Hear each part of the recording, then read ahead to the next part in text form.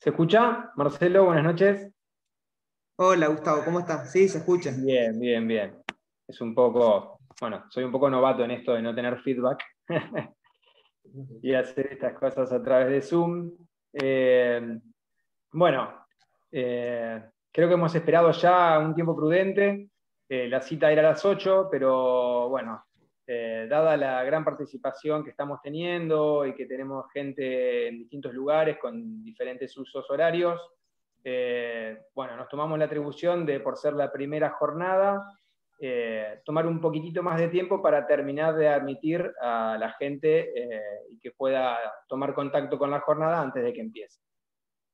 Así que, bueno, esperado ya el tiempo prudencial, queremos darle, bueno, saludo de bienvenida, buenas noches, mi nombre es Gustavo Krumrich, los saludo en nombre de la Asociación Marplatense de Anestesia, Analgesia y Reanimación y de su comisión directiva, a la cual pertenezco, y tenemos el agrado de darles esta bienvenida a lo que es la jornada inaugural de nuestro primer taller de arritmias perioperatorias. Como ustedes ya saben, el taller consta de 5 módulos a desarrollarse durante 5 lunes consecutivos. El material bibliográfico y los exámenes por módulo están disponibles a través de nuestra plataforma. Antes de seguir, queremos agradecer en nombre de toda la asociación, en nombre de la comisión, el interés generalizado que este curso ha despertado en la comunidad médica. Esto ha superado ampliamente nuestras expectativas iniciales. Y el número de inscriptos actualmente está a más de 300 participantes. La mención especial es para nuestro colega, el doctor Marcelo Molinelli, que es el autor y el organizador de este taller, y el equipo de cardiólogos que ha reunido y que generosamente van a compartir su conocimiento y van a brindar su tiempo con el único fin de acercarnos herramientas útiles para mejorar nuestra práctica diaria, en forma absolutamente desinteresada. Esto es algo que nosotros valoramos mucho y por ello nuestro más sincero agradecimiento a este equipo de colegas profesionales. Un saludo y un agradecimiento muy especial para la doctora Nadia Puebla, el doctor Martín Costa, el doctor Diego Córdoba y el doctor Eduardo Martino. Para finalizar, quiero hacer algunos comentarios, algunas menciones acerca de la modalidad del curso. Por un lado, durante las clases online, si bien ahí no sé, hay alguien que no está pudiendo escuchar, según estoy leyendo. Durante las clases, si bien son online, ustedes van a tener la oportunidad de escuchar a los profesionales que estén dando la clase, pero los micrófonos del resto de la sala van a estar silenciados. Para hacer consultas, preguntas y resolver algún inconveniente que pueda suceder, les pedimos que por favor se comuniquen a través del chat para que esto sea de una manera ordenada y la clase no se vea interrumpida permanentemente. ¿Vos, Marcelo, me estás escuchando? Sí, perfecto. Ah, bueno. Fíjense entonces si, no sé, los que no puedan conectarse, que estén conectados a través de los micrófonos, que tengan los micrófonos habilitados. Por lo tanto, ustedes vayan volcando las dudas y las preguntas que tengan a través del chat y el equipo de cardiólogos se va a ir encargando de ir resolviendo las dudas y las preguntas que puedan ir surgiendo. Por otro lado, y como última aclaración, en cuanto a lo que es los exámenes, cada módulo consta de un cuestionario con 5 preguntas. Y es necesario que respondan bien 3 de esas 5 preguntas, o sea, un 60% en cada uno de los módulos para poder acceder al certificado de curso realizado y aprobado. Van a tener oportunidad de realizarlo más de una vez en el caso de que no puedan conseguir aprobarlo en forma directa, y la bibliografía de la cual se extrajeron estas preguntas está colgada en cada uno de los módulos. Bueno, esto ha sido la presentación y la introducción por parte nuestra. Te dejo, Marcelo, para que desarrolles el tema de hoy, y bueno, te mando un saludo grande y de nuevo muchas gracias. Gracias, Gustavo. Muchas gracias. Melvin, ¿comparto pantalla?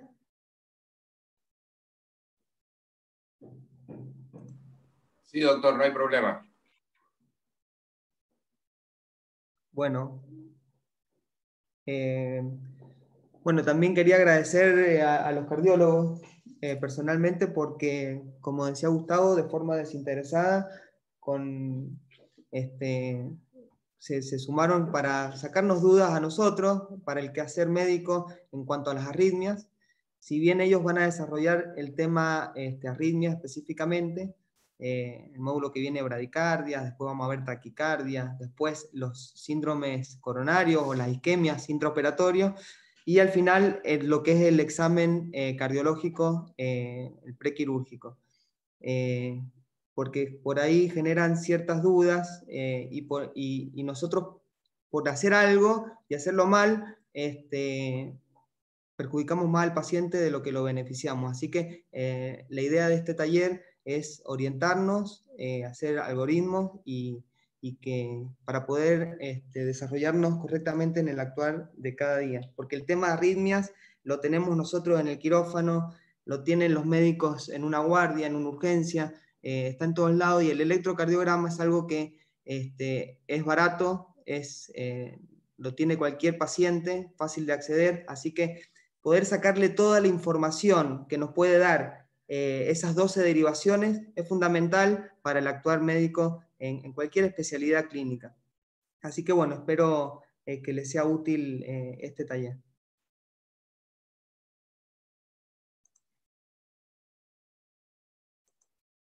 Bueno, el contenido de la clase que vamos... ¿Se ve la pantalla?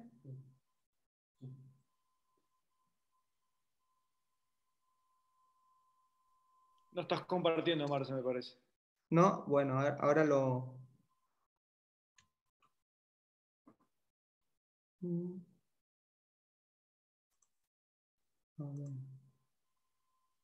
Compartir pantalla.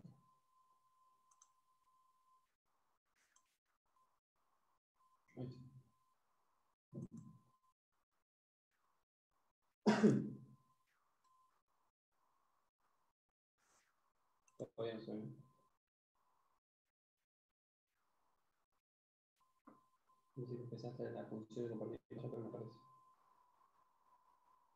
Ahí está. Eso es.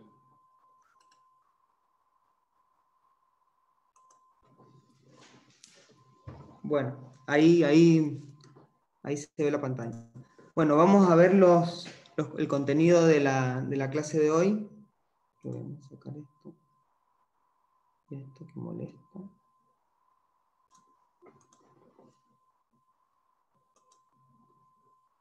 La interpretación de cada una de las ondas, intervalos del electrocardiograma, la relación del intervalo ST con la fluidoterapia, la importancia del intervalo QT en la anestesiología, la interpretación de los principales vectores del electrocardiograma, porque interpretándolos podemos interpretar el electrocardiograma en sí, interpretación y correcto uso de las derivaciones, el diagnóstico e interpretación de los bloqueos y hemibloqueos de rama, la implicancia clínica de los bloqueos bifasciculares y trifasciculares, que son tan comunes en la población mayor, las hipertrofias y sobrecarga de cavidades cardíacas en el electrocardiograma, y por último vamos a ver un casito clínico. Bueno, este es el primer electrocardiograma en 1887. Como todos sabemos, la actividad eléctrica del corazón se representa en 3 vectores principales que se traspolan al electrocardiograma, y son las ondas que vemos. Mínimamente vamos a hablar del sistema de conducción. Todos sabemos que el impulso eléctrico empieza en el nodo sinoauricular, por los haces internodales van hacia el nodo auriculoventricular, que luego por el haz de His, ¿sí?, se divide en la rama derecha y la rama izquierda para despolarizar todo el ventrículo. La rama izquierda a la vez se va a dividir en 2 fascículos, el anterior y el posterior. el impulso eléctrico, el ritmo sinusal, lo va a dar el nodo sinusal. Después los diferentes nodos tienen diferentes frecuencias, como ya sabemos, a medida que sean más distal, va bajando la frecuencia, y lo importante es que cuando el marcapaso del corazón, que es el nodo sinusal, por algún motivo deja de funcionar, tenemos estos marcapasos latentes, que son el nodo sinoauricular, el haz de His y las fibras de Purkinje. Bueno, esto es lo más importante, diría yo, la formación de los vectores, entender los vectores. Que no veo acá porque... A ver, ¿cómo va a desaparecer esto? Está. Bueno, cuando hay una despolarización se forma siempre un vector de despolarización. El vector siempre apunta hacia donde falta despolarizar, o dicho de otra forma, hacia donde están las cargas negativas adentro y las cargas positivas afuera. Por ejemplo, si esto es una célula que está en reposo con las cargas negativas adentro y las cargas positivas afuera. Es una célula no despolarizada o en reposo. Cuando se despolariza quedan las cargas positivas adentro y las negativas afuera. Eso es una célula despolarizada. ¿Cómo se despolariza la célula? No vamos a entrar en detalle en esto porque se va a hacer eterna la clase, pero tienen que entrar las cargas positivas adentro de la célula. Entonces, en la despolarización, en la fase 0 entra sodio, después en la fase 2 entra calcio, y ahí se despolariza la célula. Después se tiene que repolarizar, tienen que salir las cargas positivas para que vuelva a quedar negativa la célula. Y está en la fase 3, que es la fase de repolarización, la salida de potasio. Y como la célula quedó con el potasio afuera, y el potasio debe estar adentro, después en la fase 4, con las bombas de sodio y potasio, se vuelve a entrar el sodio a la célula y sacar el potasio hacia afuera. Bueno, así se despolariza la célula. Y acá tenemos, por ejemplo, un tejido que se está despolarizando. Acá vemos cómo en rosado tenemos el tejido despolarizado, y acá en celeste lo que falta despolarizar, con las cargas negativas adentro y positivas afuera. Entonces vamos a tener una parte despolarizada y otra parte no despolarizada. Y acá se va a formar un vector, ¿sí? Que siempre el vector apunta hacia donde falta despolarizar. Entonces el vector va a ser este, ¿sí? Bueno, acá, primero entonces tenemos la célula en reposo, cargas negativas adentro y positivas afuera, después se empieza a despolarizar, el inicio de la despolarización, acá tenemos el vector que representa esto. Cuando toda la célula está despolarizada, acá en el número 3, hay una línea isoeléctrica, ¿sí? Porque no hay vectores. Después, en la parte 4, inicia la repolarización. Acá está iniciando desde este segmento. Y como el vector, como dijimos antes, apunta hacia donde está la célula en reposo, hacia donde falta despolarizar, este vector de repolarización va a estar apuntando hacia acá, ¿sí? Y por último, cuando se vuelve a repolarizar toda la célula, vuelve a quedar todas las cargas negativas adentro y positivas afuera. Bueno, esto es un ejemplo para que entendemos que el vector siempre apunta hacia donde la despolarización es más lenta, hacia donde se retrasa. Acá tenemos la despolarización ventrículo izquierdo y derecho, como la parte derecha, la parte izquierda tardó más, ¿sí? Entonces el vector que se va a formar acá va a apuntar hacia donde se retrasó la despolarización. O sea, el vector va a estar así. Esto es importante. Voy a hacer mucho hincapié en esto porque después es más fácil entender el electrocardiograma. Bueno, el galvanómetro representa los vectores eléctricos como ondas en un papel, ¿sí? Traduce la electricidad en un papel. Básicamente es un aparato que tiene dos polos, positivo y negativo, donde el polo positivo, todos los vectores que se acerquen a él, o sea que la punta estén hacia él, lo va a representar con una onda positiva, y todos los vectores que se alejen de él los va a representar con una onda negativa en el papel. Entonces vamos a ir viendo los vectores del corazón y cómo los va a ir representando este galvanómetro, ¿sí? Que después el electrocardiograma, entendiendo esto, vamos a entender perfectamente el electrocardiograma, cómo representan los vectores. Entonces, el primer vector que va a aparecer es el vector de despolarización auricular. Como apunta hacia el polo positivo, ¿sí? Lo ve acercarse, va a dar una onda positiva.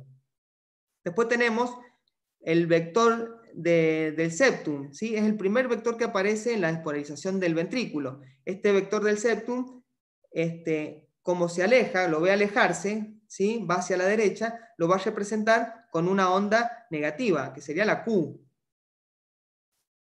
Luego tenemos el vector de despolarización de la pared libre del ventrículo, que como se acerca al polo positivo, lo va a representar con una R, pero esta onda positiva. Y finalmente, la despolarización, los vectores de despolarización de las bases del ventrículo, que como se alejan del polo positivo, lo va a representar de forma negativa con la onda S. Por último, cuando está todo el ventrículo despolarizado, va a haber una línea isoeléctrica, ¿sí? Porque no va a haber diferencia de cargas. Y por último tenemos el vector de repolarización. Lo dibujo así porque apunta hacia el polo positivo. ¿Por qué? Porque como todos sabemos, el corazón se despolariza de endocardio a epicardio. Entonces tenemos este vector de despolarización. Y se repolariza, ¿sí?, de epicardio a endocardio. Y como dijimos, que el vector apunta hacia donde falta despolarizar, como lo primero que se despolarizó fue el epicardio, el vector va a interpretar que es donde falta despolarizar. Entonces, el sentido y la dirección del vector de repolarización va a ser igual que el de despolarización. Por eso, en casi todas las derivaciones es normal encontrar el QRS representado por el vector de despolarización positivo y una onda T, ¿sí?, que representa la repolarización en el mismo sentido, ¿sí? ¿Por qué se despolariza así? Se repolariza así. Bueno, porque en la sístole hay una isquemia en el subendocardio, ¿sí?, que hace que se retrase la repolarización. Entonces, hace que la repolarización sea de epicardio a endocardio. Aparte que hay bombas de potasio de repolarización más rápidas en el epicardio que en el endocardio, pero bueno, son pormenores. Entonces, en definitiva, vamos a tener estos tres vectores que siempre hay que acordarse de la despolarización del ventrículo, que tenemos acá en violeta morado, el primer vector que aparece, que es el septal, después de naranja, el de la pared libre, y el verde de la base del ventrículo. Siempre aparecen en ese orden: septal, pared libre y base. Y depende de dónde veamos estos vectores, cómo lo vamos a dibujar o cómo se van a figurar en el electrocardiograma. Por ejemplo, si yo lo veo desde ABR, todo lo que vea acercarse lo va a ver positivo, lo que vea alejarse ABR lo va a ver negativo. Entonces, el primer vector septal, el morado, lo va a ver positivo. Después, el segundo vector de la pared libre, el naranja, lo va a ver ABR negativo. Y por último, el vector de las bases, el verde, lo va a ver, como se acerca a ABR, lo va a ver positivo. Lo contrario pasa si yo lo veo desde ABL. Como el vector del septum lo ve alejarse, lo primero que va a hacer es una onda negativa, que es la Q. Bueno, esto es para interpretar cómo se ven en las derivaciones estos tres vectores, en un paciente normal, obviamente. Bueno, ahora vamos a ver cada una de las ondas que vimos graficadas recién, que vimos por qué se grafican así. Ahora vamos a interpretarla, tanto lo normal como lo patológico. Esto es un electrocardiograma estándar. Sabemos que un cuadradito es 0,04 segundos, el cuadrado de 5 cuadraditos mide 0,2 segundos, y los 10 cuadraditos es 1 milivoltio. Esto es importante saberlo porque es la única forma de saber si está aumentada o no una onda o un intervalo. Bueno, vamos a empezar por la primera onda. Es la onda P. La onda P, ¿qué podemos decir de la onda P? La onda P mide hasta 0,10 segundos y de alto 0,25 milivoltios. O sea, 2 cuadraditos y medio, tanto de ancho como de alto. La primera parte de la onda P representa la aurícula derecha y la segunda parte la aurícula izquierda. Después cuando hay dilatación de cavidades, si es la aurícula derecha, vamos a ver una onda P alta. Si es la aurícula izquierda que está dilatada, vamos a ver una onda P ancha, o sea que una P mitral que mide más de 2 cuadraditos y medio. Esto es importante porque hacen muchos diagnósticos. La segunda, lo segundo que vamos a ver es el intervalo PR, que mide entre 0,12 a 0,2 segundos, o sea, 5 cuadraditos. Después lo vamos a ver en la clase que viene, cuando veamos bradiarritmias, un poco más, pero esto, si está prolongado, hay algo que esté impidiendo que el impulso de la aurícula llegue al ventrículo, o sea, algo en el nodo AB. Después tenemos el QRS, ¿sí? Que mide generalmente, con lo normal, menos de 0,11 segundos, o sea, 2 cuadraditos y medio también. O sea, la onda P, 2 cuadraditos y medio. El PR, 2 cuadraditos y medio por 2. Y el QRS, 2 cuadraditos y medio. No es tan difícil acordarse estos que son valores que realmente hay que saber. Después tenemos el segmento ST. Acá vamos a hacer un poquito de hincapié porque es, creo que, la parte del electro más importante que tenemos. Hacer un poco de diagnóstico diferencial, sobre todo cuando el segmento ST hay un supra ST, ¿sí? Hay un diagnóstico diferencial, tenemos diferentes motivos por los que se puede aumentar el ST. Tenemos, por ejemplo, en el IAM, ¿sí? En el infarto, hay que diferenciarlo de otras patologías que no son tan malignas, o para decir, no, me quedo tranquilo con este paciente, no le voy a pedir ningún otro estudio, no, a este sí, abrir un poco los ojos. Cuando tenemos un infarto, sabemos que es convexo hacia arriba el ST, hay un territorio definido, la cara inferior, lateral, anterior, ¿sí? Hay una imagen en espejo con infra-ST en la cara opuesta. Sí, son características que hay que ir a buscar. Entonces, si hay que ponerle una carita a esto, vamos a ver que es el ST con la carita triste, ¿sí? Que representa, puede ser un infarto. Después tenemos la pericarditis. En la pericarditis lo que vemos también es cóncavo, por lo contrario es cóncavo hacia arriba, es muy difuso, varias caras, no hay una depresión del PR, ¿sí? Y no hay imagen en espejo, hay que, como diferencia del infarto. Y lo más importante, que creo que es algo tan común que nos vienen los pacientes con la repolarización precoz, saber identificarlo, porque es un paciente que va a tener un supra-ST, pero hay que quedarnos tranquilos, ¿sí? Para diferenciarlo del resto, hay que saber que el ST es cóncavo hacia arriba, ¿sí? Menos de 2 milímetros.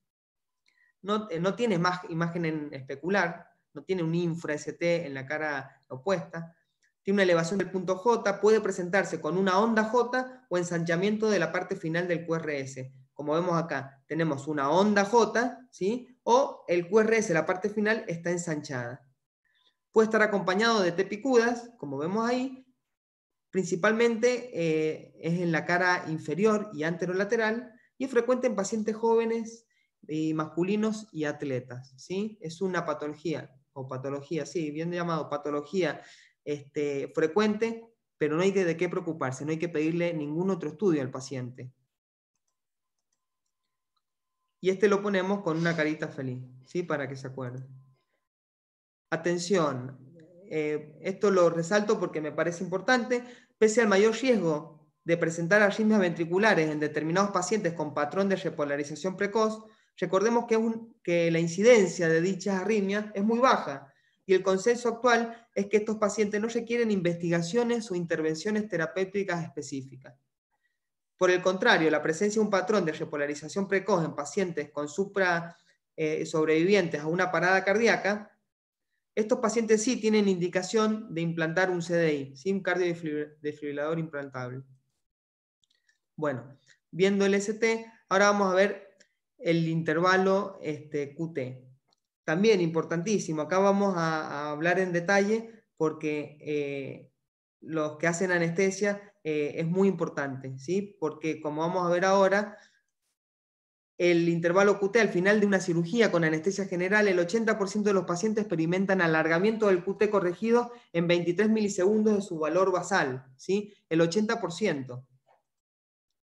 Bueno, el intervalo QT corresponde a la despolarización y repolarización ventricular, ¿sí? El valor normal es hasta 450 milisegundos en varones, 460 en mujeres.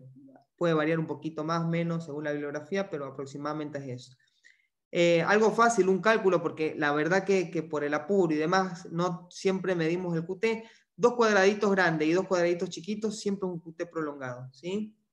Otra forma que me enseñaron a mí a medirlo de forma rápida es, si nosotros vemos el RR, no importa la frecuencia cardíaca que tenga el paciente, y hacemos una línea imaginaria justo en el medio entre la R y la R, ¿sí? Si la T pasa esta línea imaginaria, es un QT prolongado, ¿sí? Si la T no la pasa, podría llegar a ser prolongado, pero bueno, seguramente no. Pero si la pasa, calcúlenlo bien y estén atentos con ese paciente porque de seguro tiene un QT prolongado, ¿sí? Bueno, hay una fórmula porque el QT, como sabemos todos, que se hace más prolongado cuando baja la frecuencia cardíaca y cuando sube la frecuencia cardíaca se acorta. Entonces hay una fórmula para corregirlo según la frecuencia cardíaca, que es el intervalo QT medido sobre la raíz cuadrada del RR, ¿sí? Medida en milisegundos. Bueno, y acá para entender un poquito por qué se prolonga el QT, casi siempre hay una alteración en la fase 3, en la fase de repolarización de la célula. Por algún motivo el potasio no sale, queda más tiempo adentro y por ese motivo se prolonga el QT. La relación del QT con la torsada de Pointe. ¿Qué podemos decir? Importante, cada aumento de 10 milisegundos en el QT corregido se asocia con un aumento de 5 a 7% en el riesgo de tener torsadas de Pointe.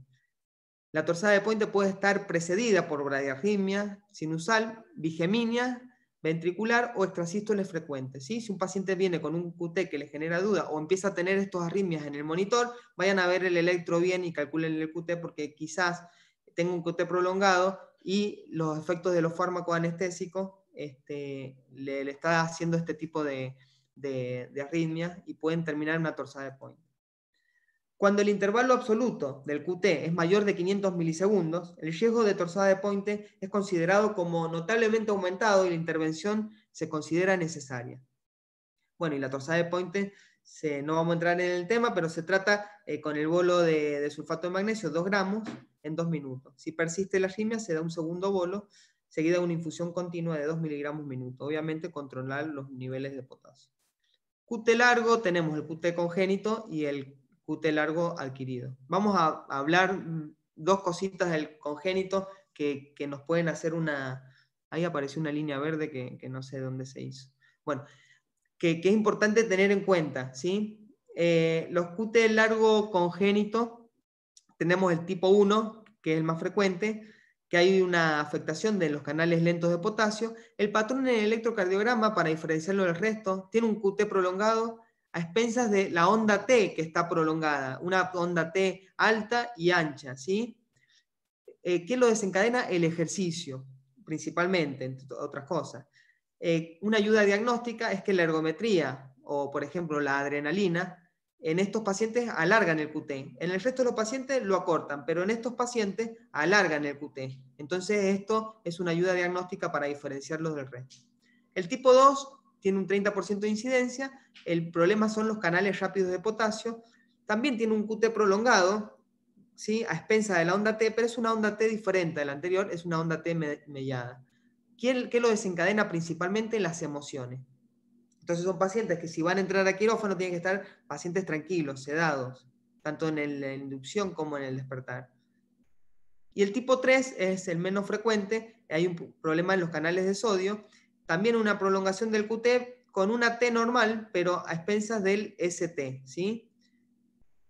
Lo desencadena el reposo, y bueno, una prueba para diferenciarlo del resto, con la mexiletina se acorta el QT, ¿sí? ¿Por qué? Porque es un bloqueante de canales de sodio. En el resto de los pacientes no le hace nada al QT, pero en estos pacientes acorta el QT, ¿sí? Porque el problema está con los canales de sodio. Un poco para diferenciarlo.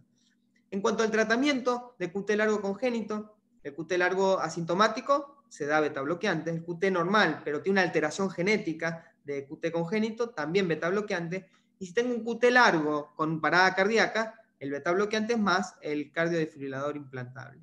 Obviamente, evitar todo lo que se puede producir prolongación del QT. Bueno, las causas de QT adquirido. hay un montón, obviamente vamos a ver lo que más usamos para tener en cuenta, los antibióticos que podemos usar para las premedicaciones, tanto el ampicilina, quinolona, los analgésicos como metadona, ketorolac, meperidina, tramadol. Hay algunos estudios que hay que evaluarlos bien, pero sí lo describen. Los hipnóticos como los gases anestésicos, las ketaminas, los reversores como la atropina, la estimina, la naloxona, los antieméticos como el ondansetron, el droperidol, los psicofármacos que muchos los usamos para el dolor neuropático como la pregabalina, fluoxetina, mitriptilina, y los electrolitos, la hipopotasemia, la hipocalcemia, la hipomagnesemia, y otras cosas como la hipotermia, el infarto cardíaco y el neumoperitoneo.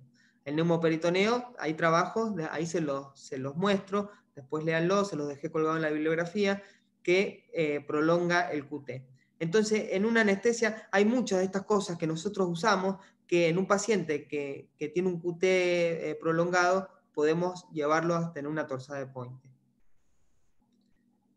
Bueno, en la anestesia y QT largo, algunas cosas a destacar. Al final de la cirugía, como dijimos, con anestesia general, el 80% de los pacientes experimentan alargamiento del QT, en más de 23 milisegundos de su valor basal. Y como dijimos recién, cada aumento de 10 milisegundos, ¿sí? En el QT aumenta el 7% el riesgo de tener torsada de Pointe. El 4% de toda la anestesia, el QT era mayor a 500 milisegundos. Y como dijimos recién, el riesgo de tener torsada de Pointe es notablemente aumentado en estos pacientes. Y la incidencia de torsada de Pointe fue del 0,4 en este estudio que dejé colgado ahí. Consideraciones a tener presentes en el preoperatorio: el paciente con un síndrome de QT largo, congénito, asegurarse de que tome los betabloqueantes, inclusive el día de la cirugía, controlar que tengan una analítica normal del potasio, magnesio y calcio, controlar el correcto funcionamiento del marcapaso, minimizar la ansiedad del paciente con la adecuada premedicación, sobre todo en los tipos 2. En el intraoperatorio, tener en cuenta que se debe evitar al máximo la descarga catecolinérgica que se puede producir en las maniobras de intubación, extubación, la laparoscopía abdominal y con el uso de drogas como la ketamina. En pacientes con altos riesgos de colocar una vía arterial y un acceso venoso, por si es necesario, la rápida colocación de un marcapaso, ¿no? Evitar las presiones intratorácicas altas y las maniobras de Valsalva porque alargan el intervalo QT, mantener la normocapnia, normoxemia, normotermia y normoglucemia para limitar al máximo la actividad adrenérgica y mantener durante la cirugía un correcto equilibrio en los electrolitos. Y en el postoperatorio, vale destacar un buen control analgésico en un ambiente relajado, ya que el dolor o el estrés puede ser un desencadenante de torsada de Pointe, principalmente en los tipo 2. Mantener al paciente betabloqueado en el postoperatorio y una monitorización continua del electrocardiograma, ¿sí? Bueno, no todo está perdido, hay cosas que sí le podemos dar a los pacientes que tienen QT prolongado, como es el propofol, tiopental, midazolam, atracurio, becuronio, morfina, el fentanilo y remifentanilo, que son lo que más usamos nosotros. Entonces, en pacientes con QT largo es preferible evitar las cirugías prolongadas con inhalatorio, reemplazando la asportiva o anestesia regional, si es factible, obviamente. Bueno, otro intervalo que si bien un intervalo estándar del electrocardiograma, es un intervalo, el ST o tiempo de flujo. Intervalo es porque incluye segmentos más onda. Si no fuese, ¿cómo sería? No sería un intervalo, ¿sí? Como incluye la onda T, desde donde comienza la onda S, perdón, donde termina la onda S hasta donde termina la onda T, se llama intervalo ST o tiempo de flujo.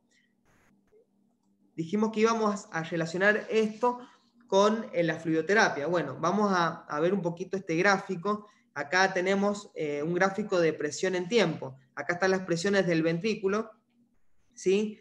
Acá vemos cómo después de la contracción isovolumétrica del ventrículo, donde aumentan las presiones que se ven acá, aumentan tanto las presiones del ventrículo que en este punto tenemos la apertura de la válvula aórtica. Acá hay una eyección de flujo, ¿sí? A través de la válvula aórtica. Baja la presión en el ventrículo y se cierra la válvula aórtica, obviamente, que es lo que nosotros vemos la dícrota en la presión invasiva, ¿no? Entonces acá tenemos, desde que se abre la válvula aórtica hasta que se cierra, esta es la eyección, el tiempo de flujo. ¿Sí? Después tenemos acá este gráfico, volumen-tiempo, obviamente, que cuando se abre la válvula aórtica, el ventrículo eyecta la sangre, va a disminuir el volumen, después se cierra la válvula aórtica, el ventrículo se empieza a llenar, empieza a aumentar el volumen nuevamente. Acá tenemos voltaje en tiempo, que es el electrocardiograma, y por último el fonocardiograma, que son los ruidos cardíacos, y de esta forma se representa el ciclo cardíaco en estas diferentes variantes. Bueno, vale destacar entonces que hay una muy buena relación entre el tiempo de flujo, ¿sí? con la ecografía Doppler y el tiempo de flujo con el electro. Ahora vamos a ver unos estudios que muestran. Acá ponen un Doppler carotidio y ven el tiempo de flujo acá en el ecodoppler. Cuando ponían líquido, le ponían líquido al paciente, el tiempo de flujo aumentaba. Y a la vez lo hacía también el intervalo ST, también aumentaba. Cuando el paciente, por ejemplo, lo iban a dializar, le sacaban 1000 mililitros, veían que disminuía el tiempo de flujo notablemente y a la vez disminuía el intervalo ST. Entonces, vieron que había una relación directamente proporcional entre uno y el otro. ¿Qué es lo bueno de esto? Que el paciente, por más que esté en ventilación invasiva o respirando espontáneamente, se podía medir, ¿sí? No necesariamente tenía que tener esa interacción corazón-pulmón, como por ejemplo cuando nosotros medimos la variabilidad de presión de pulso o la variabilidad de volumen sistólico para ver si responde o no a volumen, tienen que estar intubados. En estos pacientes no. Entonces, ¿qué vieron? Por ejemplo, el paciente que estaba en decúbito dorsal tenían un tiempo de flujo tanto con el electro como con el ecodoppler, ¿sí? Bastante similar. Y cuando levantaba, hacían una elevación pasiva de los miembros, que eso te da aproximadamente 300, 400 mililitros de precarga, ¿sí? Extra, se llena más el ventrículo, y el tiempo de flujo aumentaba, ¿sí? Aumentaba tanto en el electro como en la ecografía Doppler. Y acá se ve la correlación. Así, pasando a los números, por ejemplo, tenemos, antes de levantarle la pierna, tenemos en el Doppler 315 milisegundos que mide el tiempo de flujo y en el electro 315. Le levantamos las piernas y vemos en el eco sube a 337 y en el electrocardiograma 331. Los dos aumentan, ¿sí? Con un intervalo de confianza bastante aceptable. Bueno, ahora vemos la última onda del electrocardiograma. La onda 1 la vamos a ver, después tocamos algunas cosas, pero bueno, vemos la onda T, ¿sí? Algunas cosas de la onda T que considero importantes. La onda T, vamos a ver la forma. La forma de la onda T es un ascenso bastante pronunciado con un descenso más lento, ¿sí? Esa es la onda T normal. La polaridad siempre la vamos a ver positivo en un electrón normal, obviamente, en D1, D2, D3, B3, B4, B5 y B6, ¿sí? Esto es por el eje, el vector de repolarización, ¿sí? Que estos electrodos lo van a ver positivo porque lo ven acercarse hacia ellos. Y se va a ver negativa en ABR y B1, ¿sí? Generalmente en B1, B2, pero en ABR siempre. ¿Por qué? Porque el ABR siempre al vector de repolarización lo ve, le ve la cola, lo ve alejarse, ¿sí? Entonces, ¿por qué digo, considero importante?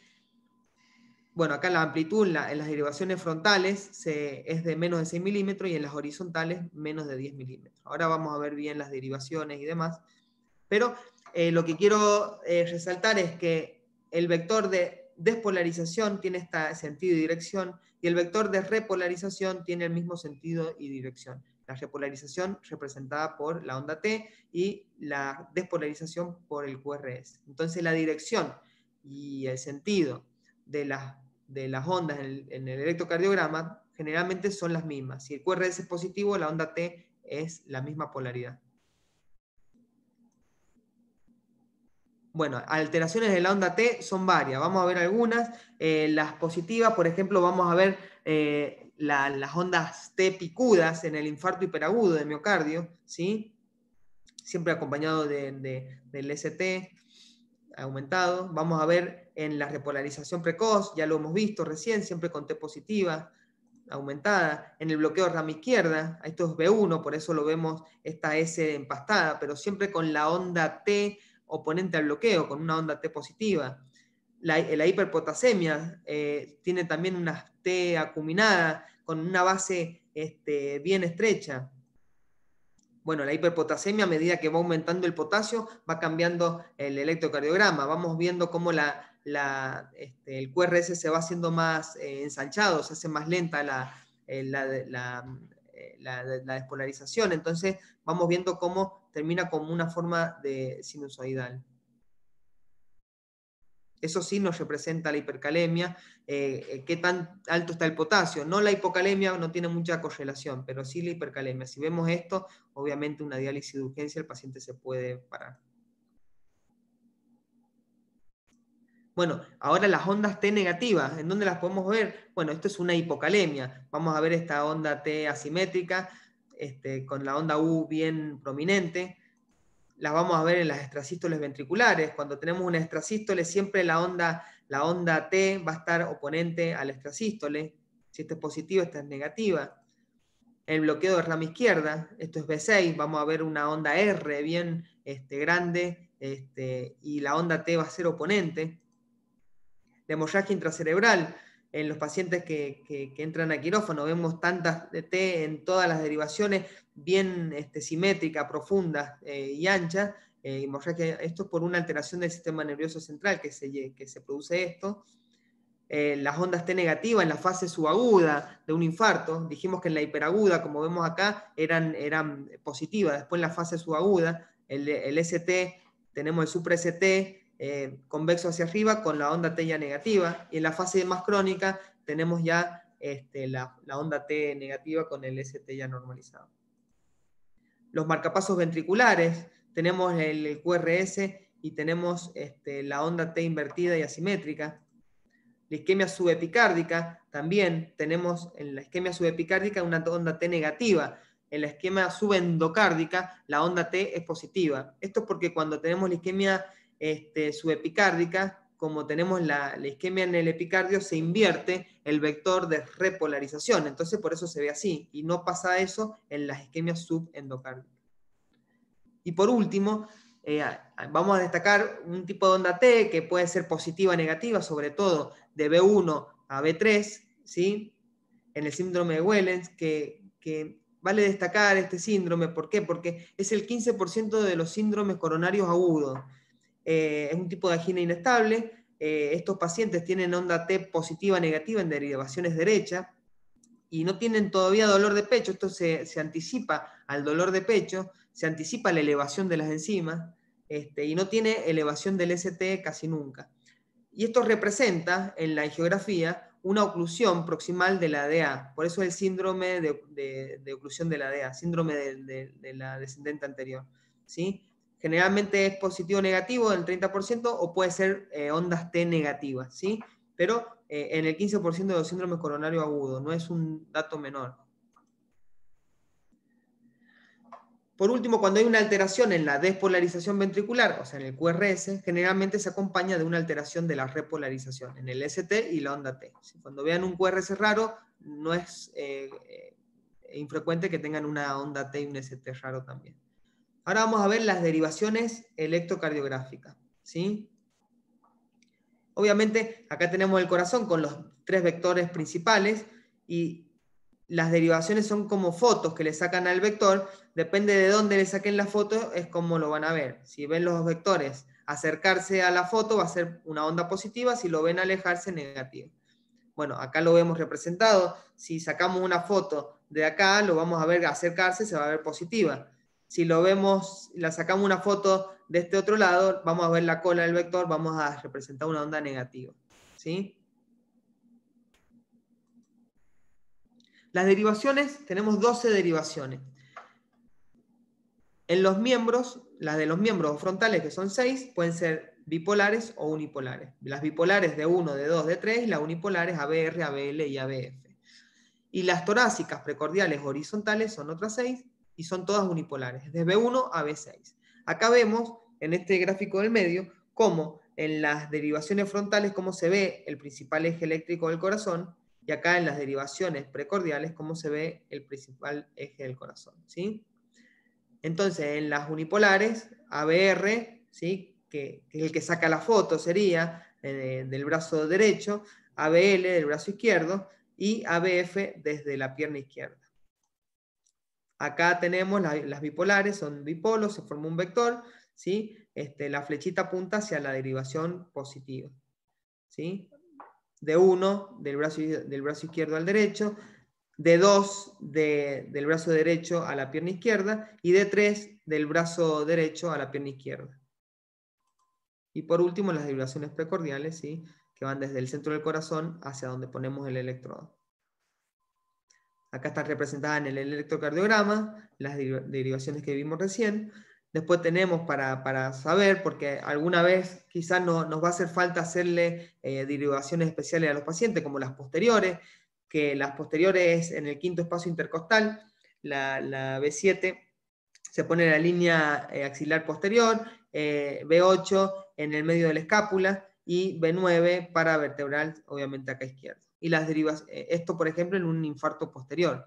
En las derivaciones derechas, B1 y B2 se dejan en el mismo lugar y el resto de las derivaciones se ponen en espejo, como si fuesen izquierda, pero en el lado derecho, ¿sí? Esto, por ejemplo, en un infarto de inferior o un infarto de ventrículo derecho. Si lo sospechamos, hay que hacer estas derivaciones. Bueno, las derivaciones frontales, esto es lo que hablamos recién. ¿Cómo se ve el vector? Este es el vector principal del corazón, ¿sí? Dijimos que tienen 3, pero este representa el vector principal.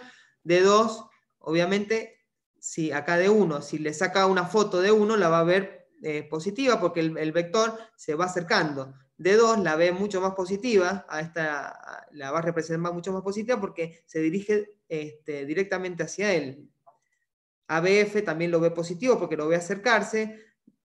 Acá tenemos D3 que también lo ve positivo. Y por último ABR, como ve la cola del vector, lo va a ver negativo. Lo mismo con las precordiales. Obviamente vamos a tener B1 que va a ver el vector principal negativo porque la foto la saca de acá y se ve la cola. Y B6 lo va a ver positivo, ¿sí? Porque lo ve acercarse al vector.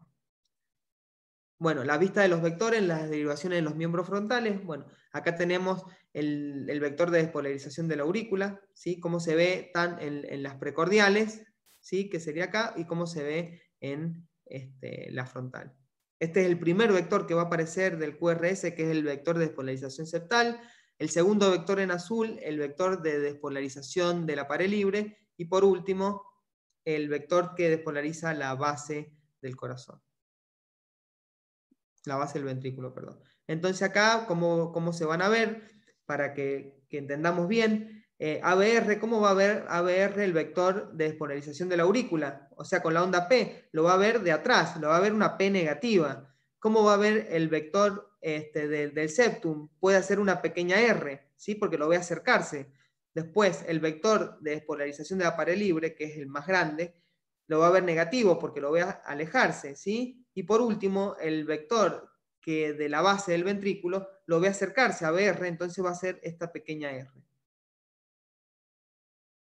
Obviamente la T también la va a ver negativa porque se aleja de ABR. Por ejemplo, en D2, ¿cómo va a ver estos vectores D2?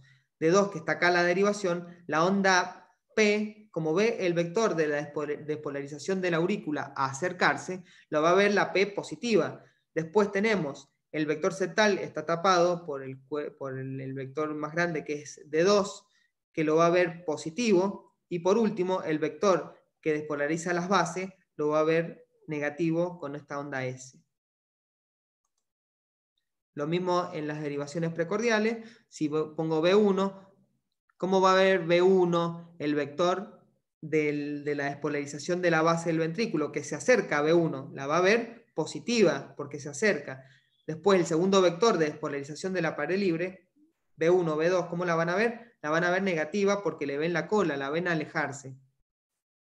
Y bueno, B6, por lo contrario, va a representar el vector del septum como que se aleja de B6, pueden ver una Q, por eso cuando hay hipertrofia del septum se va a ver una Q bien pronunciada, y el vector principal de despolarización de la pared libre, B6, como lo ve acercarse, se va a ver positivo.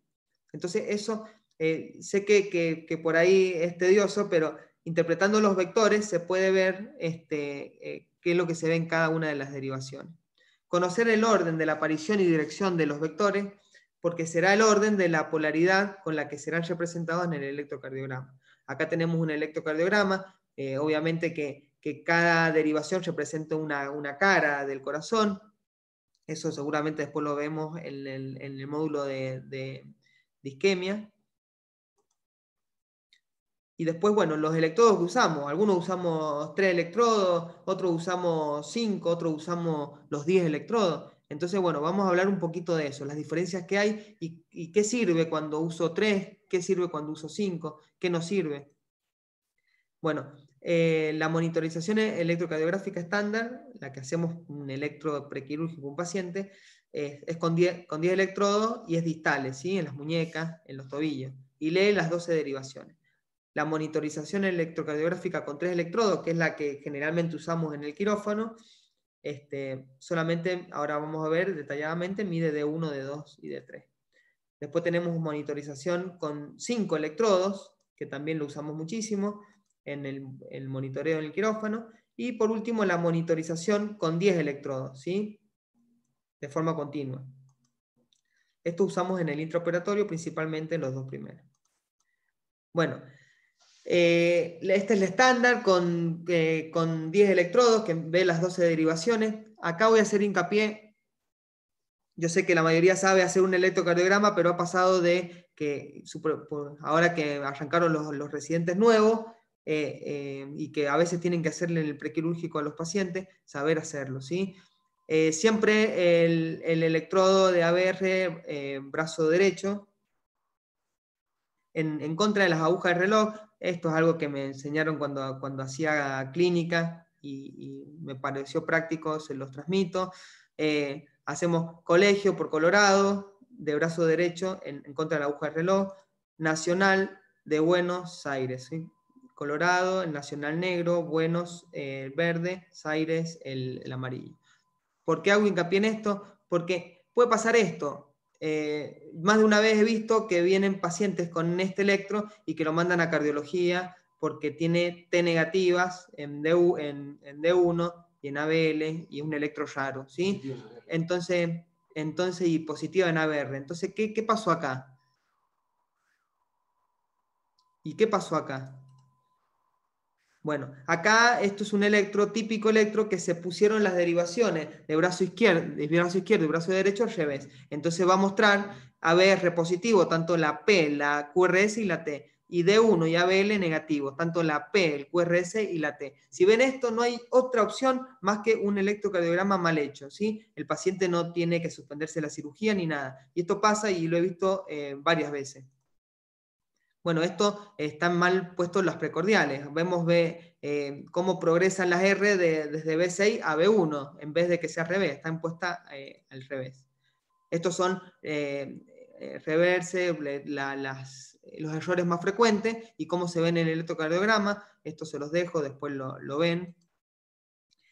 Y ahora vamos a ver la monitorización con 3 electrodos, que son las que más usamos nosotros y por ahí no tenemos más que esta. Y hay que conocer cómo podemos hacerla, cambiarlas como para tener más información. Bueno, acá tenemos el brazo derecho que se pone debajo de la clavícula hacia distal, el brazo izquierdo abajo de la clavícula hacia distal y la pierna izquierda que se pone en el flanco izquierdo o abajo de la costilla. Esto representa del brazo derecho al izquierdo D1, del brazo izquierdo a la pierna izquierda D3 y del brazo derecho a la pierna izquierda D2. Estas son las derivaciones que nos pueden mostrar estas tres electrodos, ¿sí? Bueno, esto detecta D1, D2 y D3. Es adecuado para rastrear frecuencia cardíaca, detectar ondas R para la cardioversión y detectar la presencia de fibrilación ventricular. No es el más adecuado para diagnosticar arritmias más complejas como bloqueos rama izquierda versus derecha o las TB versus la taquicardia supra con avellancia, ni la patología isquémica. Entonces, si yo tengo estos electrodos nada más y tengo un paciente que sospecho algo de esto, ¿cómo puedo hacer? Bueno, están las derivaciones torácicas modificadas, que es cambiando de lugar alguno que otro electrodo para tener más información. Por ejemplo, si yo pongo, en vez de ponerlo en la derivación del brazo izquierdo, la pongo en donde va B5, voy a formar otra derivación, este D1, que voy a ver en el monitor, porque esta derivación, esto se forma D1. En el monitor voy a ver D1, si yo veo D1, pero en esta orientación, este vector que formo va a detectar mejor, ¿sí? Es la mejor alternativa de B5. Detecta mejor la isquemia de la pared anterior, ¿sí? Yo tengo una sospecha de un paciente que tiene una isquemia de pared anterior, puedo hacer esta modificación, entonces veo en el monitor D1 y puedo ver mejor la isquemia de la pared anterior. Vemos otro caso, por ejemplo, este tipo de derivación, CB5, le pone el nombre, no importa.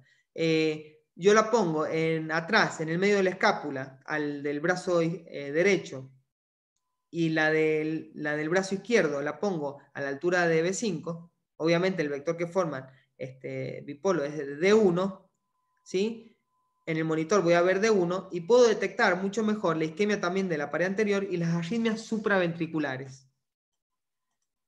Acá tenemos otra que lo que hacemos es la derivación del brazo izquierdo, la dejo donde está, pero la de la pierna izquierda, ¿sí? En vez de estar acá, la voy a poner en donde va B1, ¿sí? En el cuarto espacio, ¿sí? Del lado derecho. ¿Qué voy a ver? Obviamente que esto es D3, ¿sí? Interpreta D3, en el monitor tengo que poner D3 o observar D3.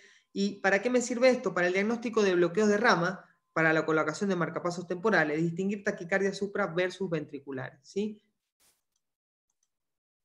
Acá tenemos otra derivación de Lewis, la posición, el del brazo derecho, lo pongo más en el medio, abajo de la clavícula, en el medio, y el del brazo izquierdo lo pongo en donde va B1. Obviamente en el monitor me va a mostrar D1, porque está el vector que forman, D1. ¿Y para qué sirve? Para mejorar la visualización de la onda P, para identificación de un flutter, un bloqueo AB de tercer grado, para ver bien la onda P, ¿sí?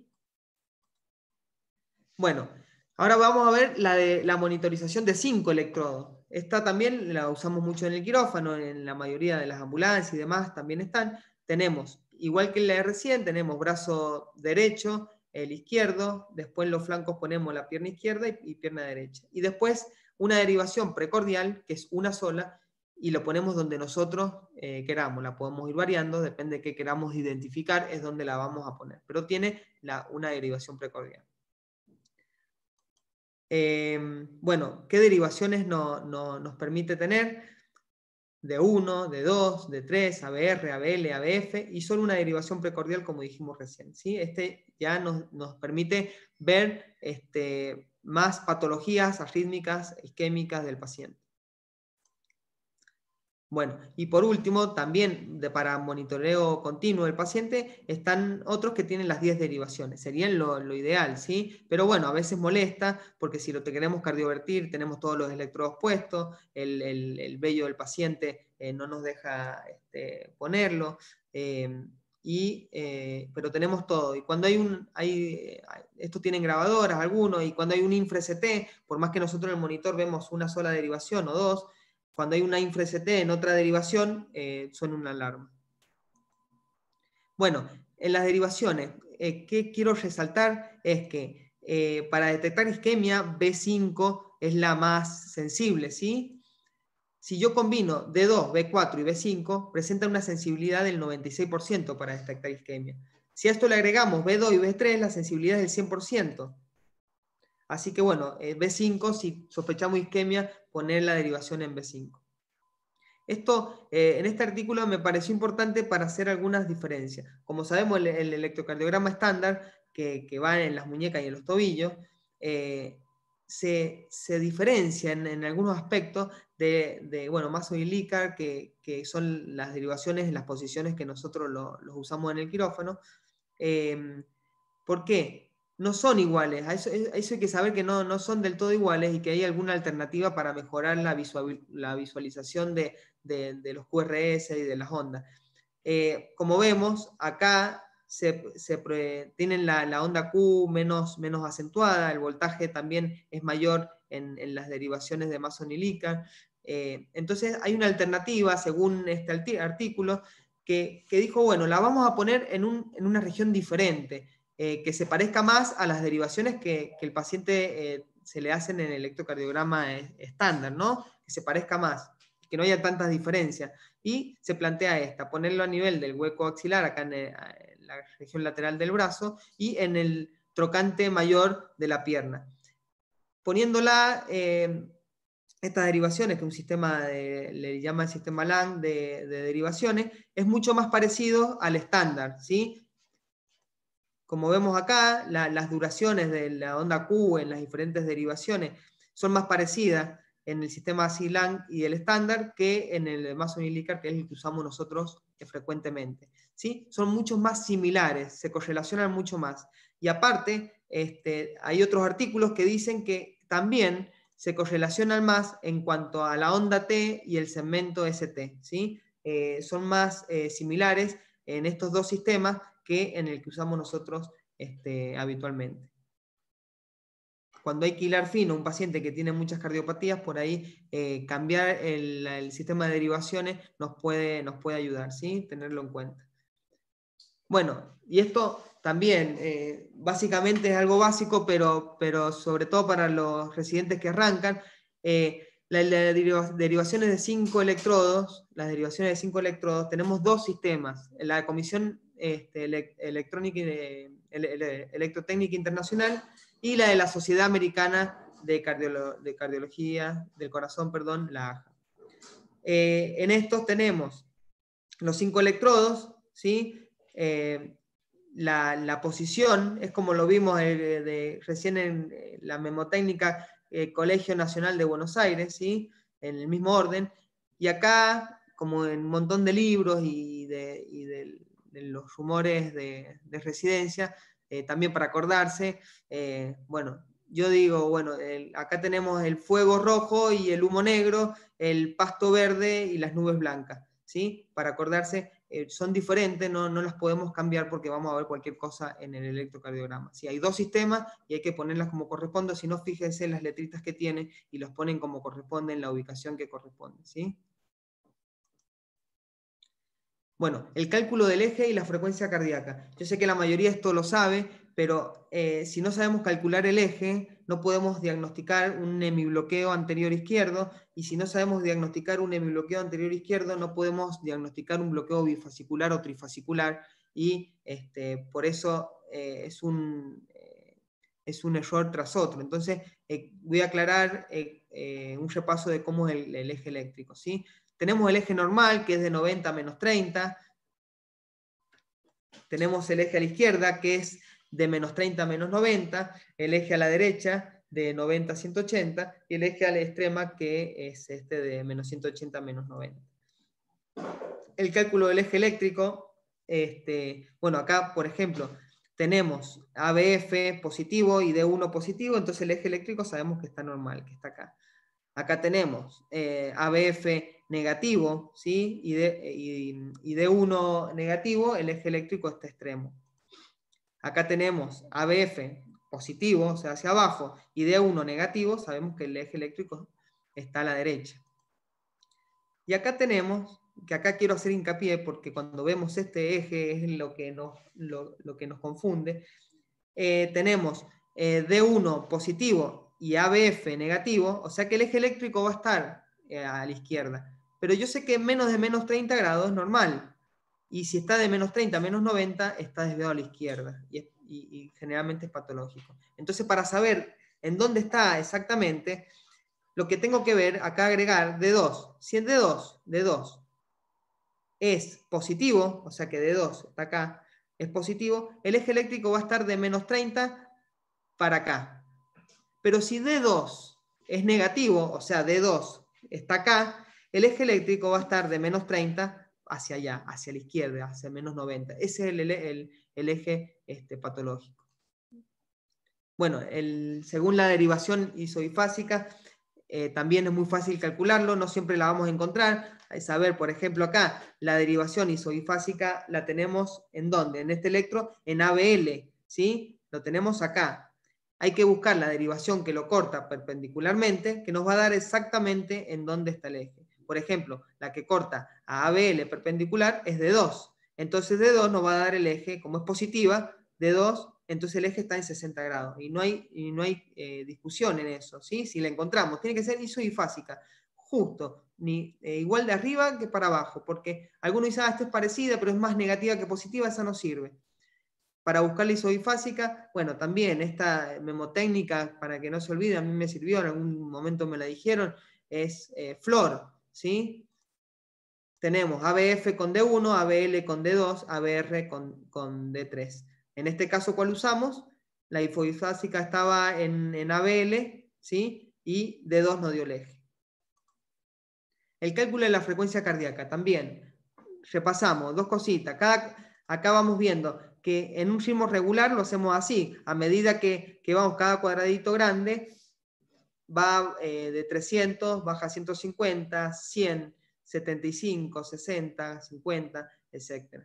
En este caso, como el siguiente QRS está acá, tenemos una frecuencia cardíaca de aproximadamente 80. Pero ¿qué pasa cuando el ritmo es irregular? No podemos hacer lo mismo acá. Entonces, cuando tenemos una FA, por ejemplo, con ritmo irregular, acá contamos 30 cuadraditos o 15 centímetros, que eso equivale a 6 segundos. Y como sabemos, 6 segundos, el minuto tiene 60 segundos. Lo que veamos en estos 6 segundos lo multiplicamos por 10 y nos va a dar la frecuencia cardíaca.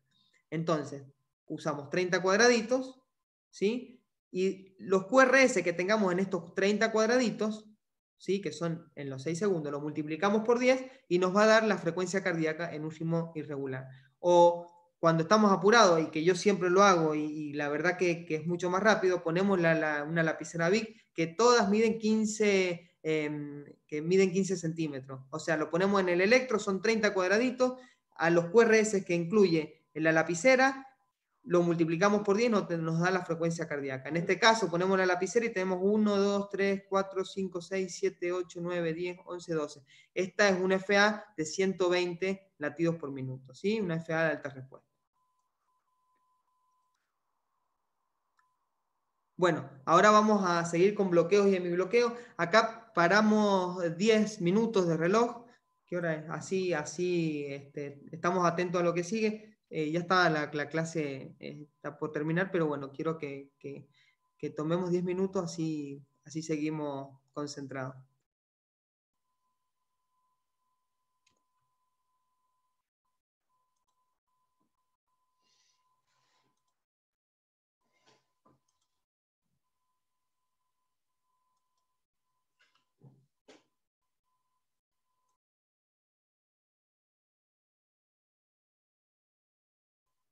Son 21:20, a las 21:30 retomamos.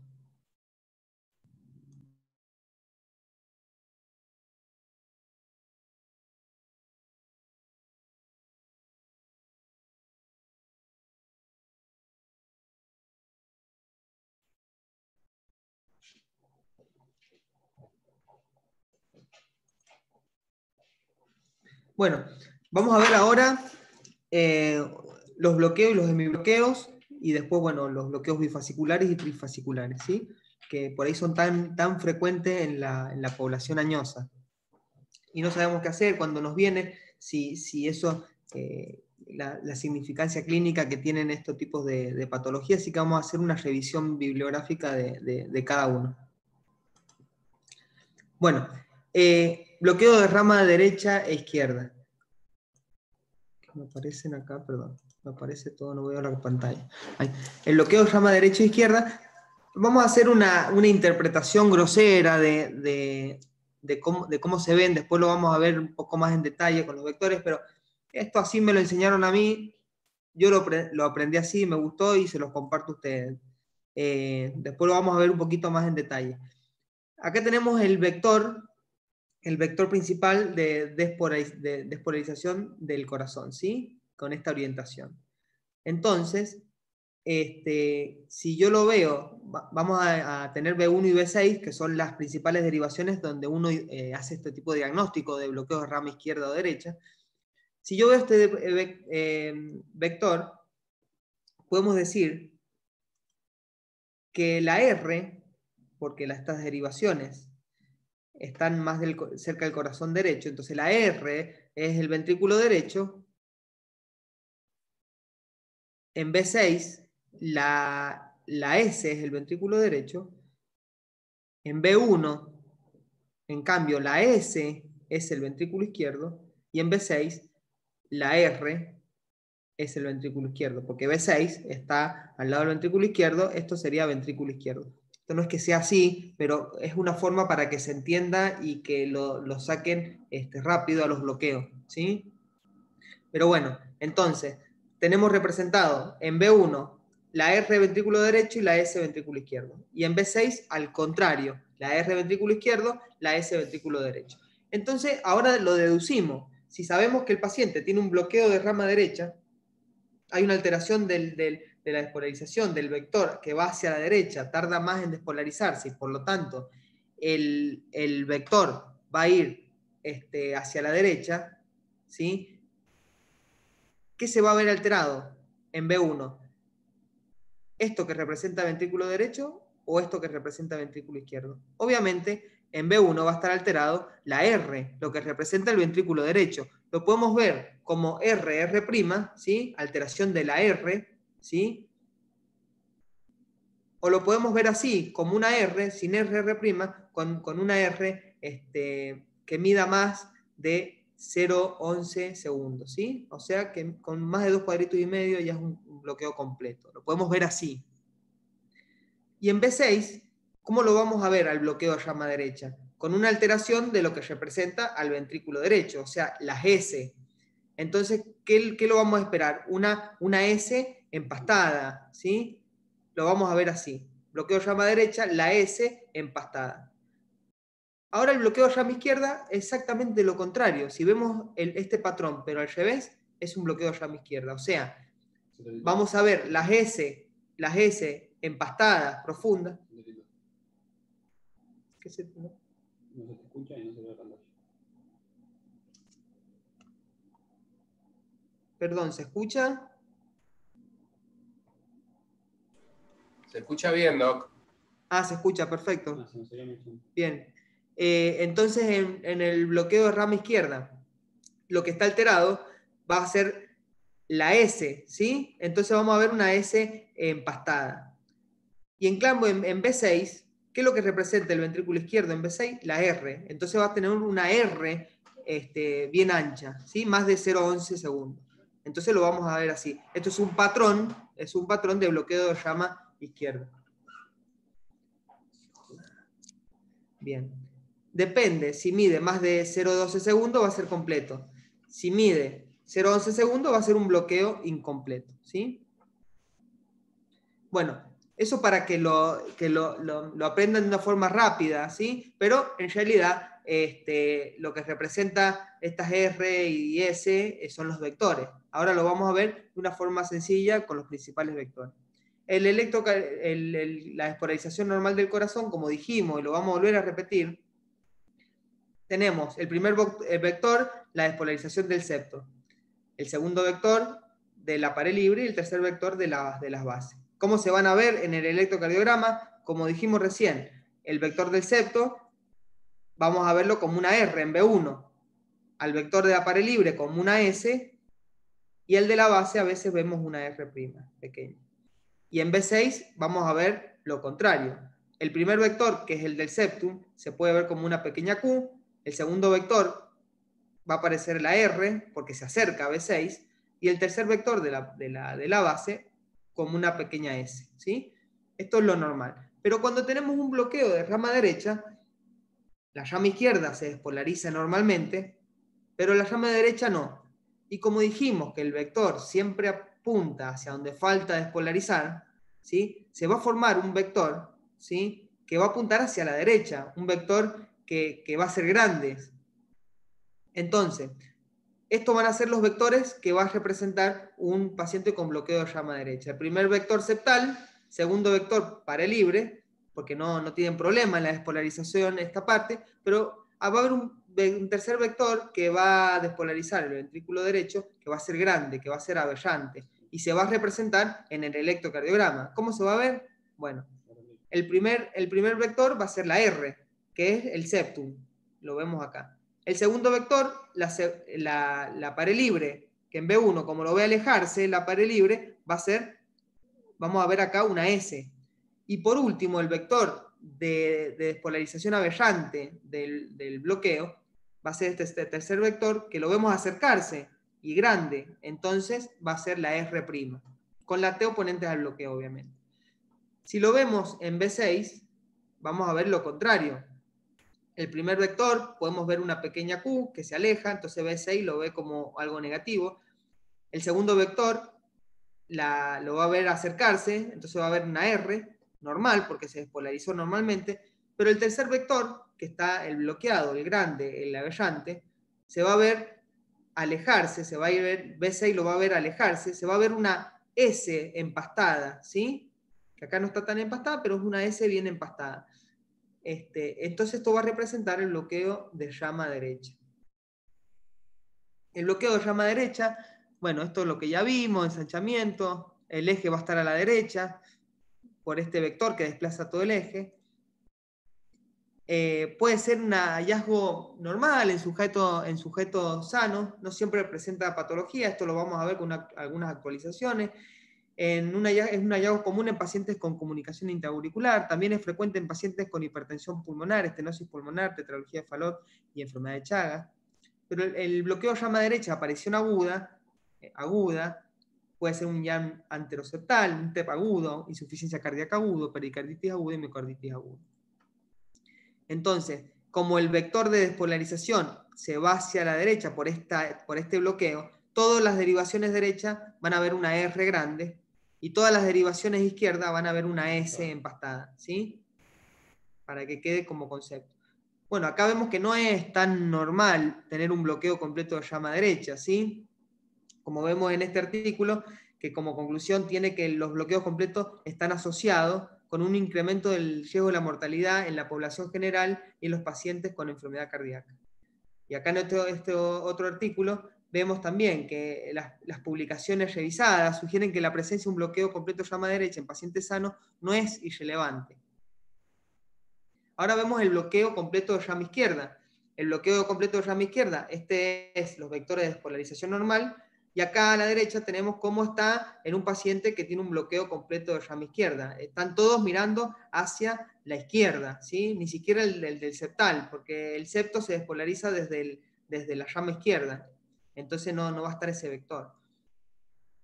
Entonces, ¿cómo lo vemos?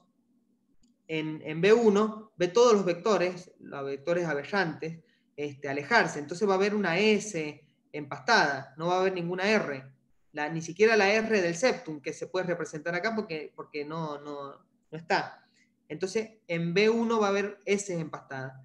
Y en B6 vamos a tener, como todos se acercan, miran hacia B6, se dirigen hacia B6, vamos a tener una R empastada y alta.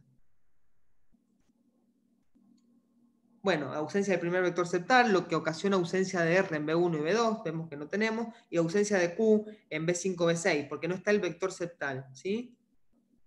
El QRS es ancho, dijimos más de 0,11 milisegundos.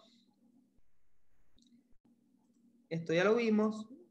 Y el eje está desviado generalmente hacia la izquierda. El bloqueo de rama izquierda, como contrario del rama derecha, siempre traduce un proceso patológico.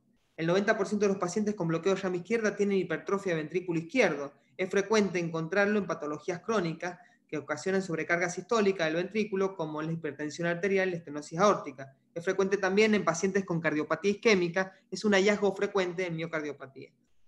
Bueno, esto es para mencionarlo nomás, no lo vamos a ver, quizás se vea en el módulo de isquemia.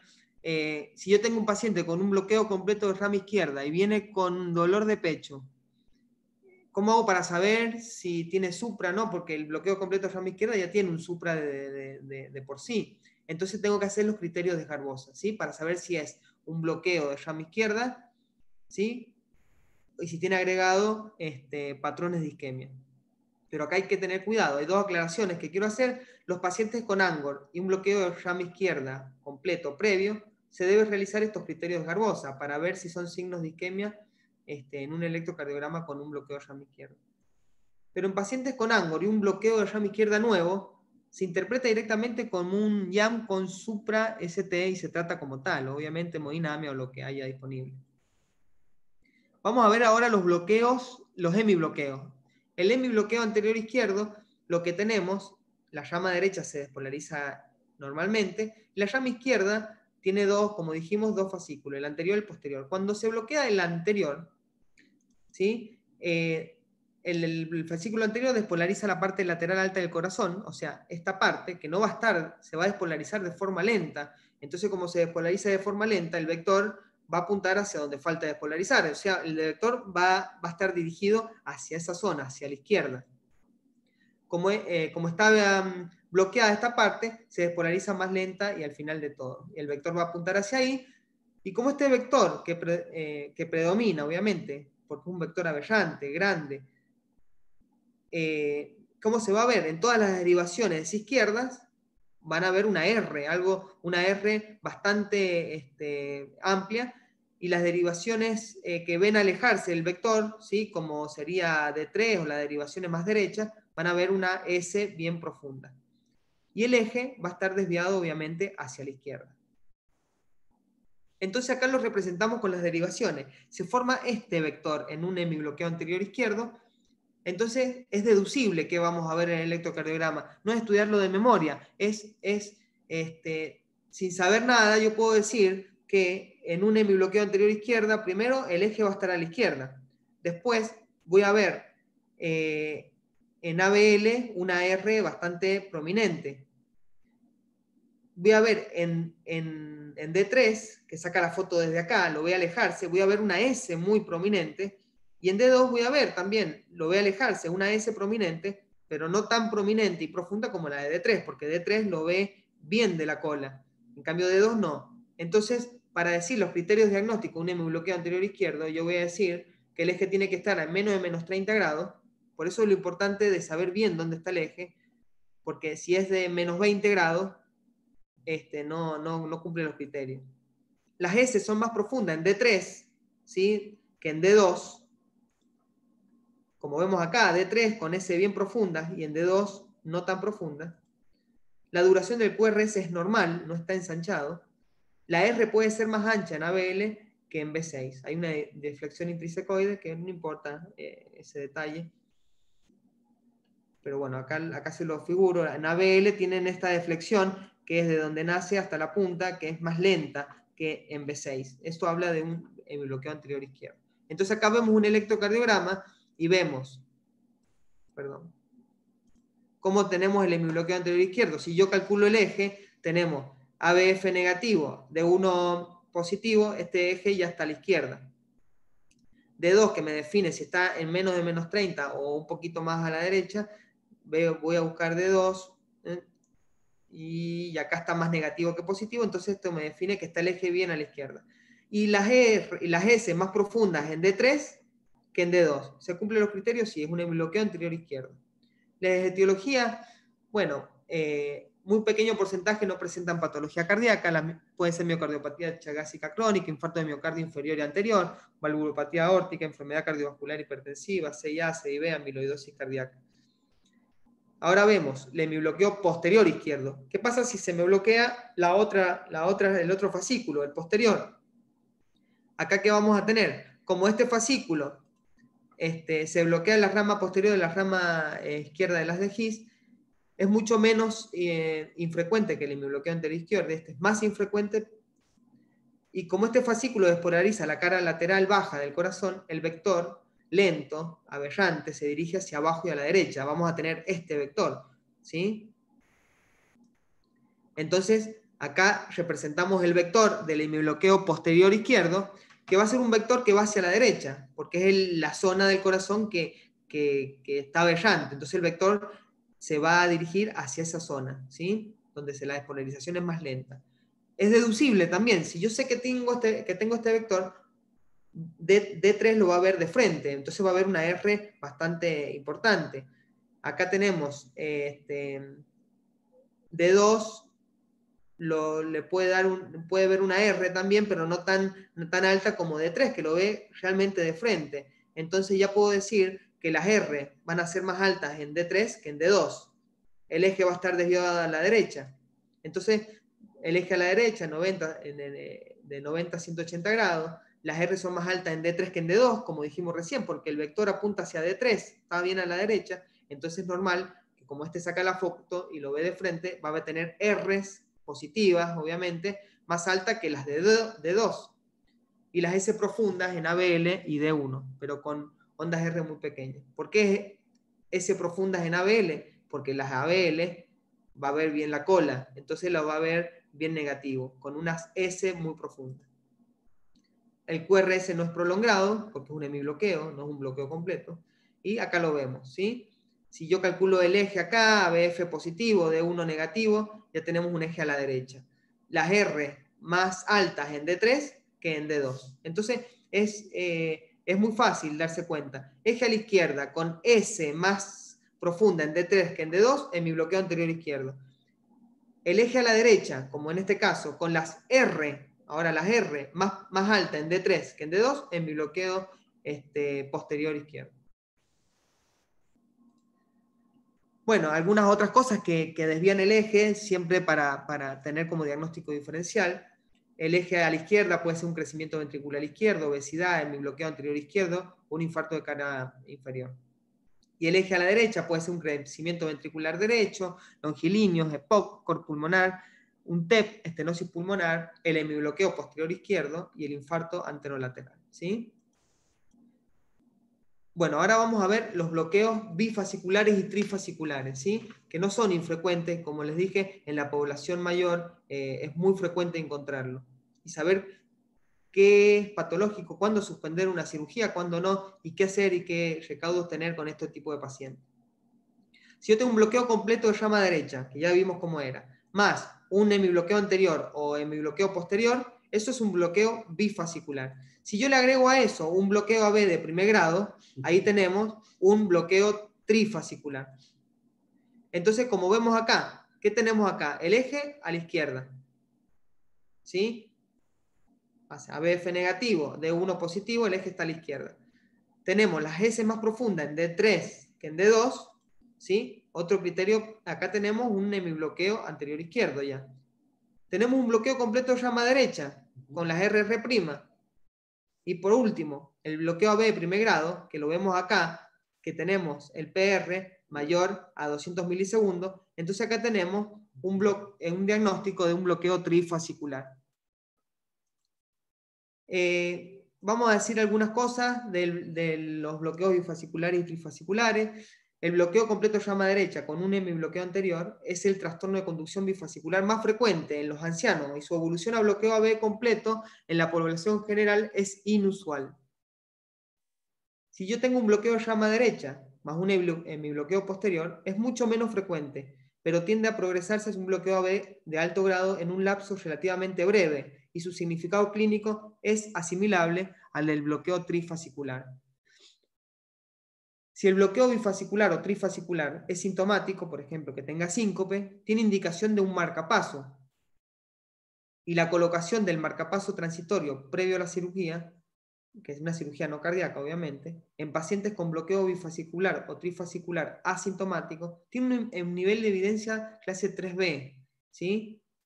A pesar de este bajo nivel de evidencia, se sugiere en un paciente que tiene bloqueo bifascicular o trifascicular que en el quirófano tengamos disponible un marcapaso, ¿sí? ¿Por qué? Porque cualquier estímulo vagal, o por ejemplo una hipotensión, que con posterior isquemia en el nodo AB, pueden hacer que ese bloqueo de bifascicular o trifascicular sea un bloqueo completo. Y es muy difícil que reviertan, ¿sí? No responden a la atropina a veces y al isoprotenerol.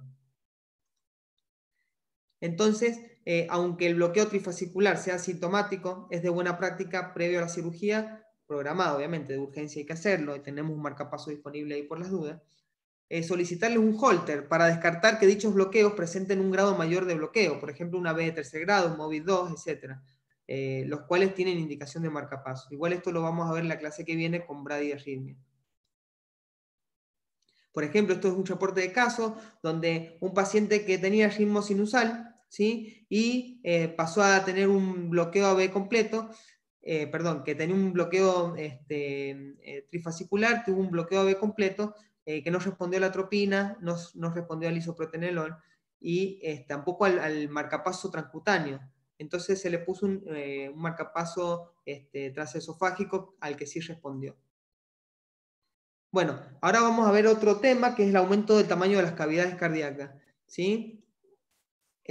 Como vimos recién, hacemos la analogía recién, como en B1, en corazón normal, R representa ventrículo derecho, las S el ventrículo izquierdo, y en B6 lo contrario. Cuando yo tengo una hipertrofia del ventrículo izquierdo, ¿qué es lo que se va a ver bastante pronunciado? ¿Sí? Aumentado en voltaje. El ventrículo izquierdo en B1, o sea que vamos a tener las S muy pronunciadas. En cambio, en B6, el ventrículo izquierdo está representado por las R, entonces es de esperar tener en B6, en una hipertrofia del ventrículo izquierdo, las R muy pronunciadas, ¿sí? En cambio, en la hipertrofia del ventrículo derecho, vamos a tener lo contrario, las R muy pronunciadas, ¿sí? Y en B6, ¿sí? Acá vamos a tener las S, en este no se ve muy bien, pero las S muy pronunciadas.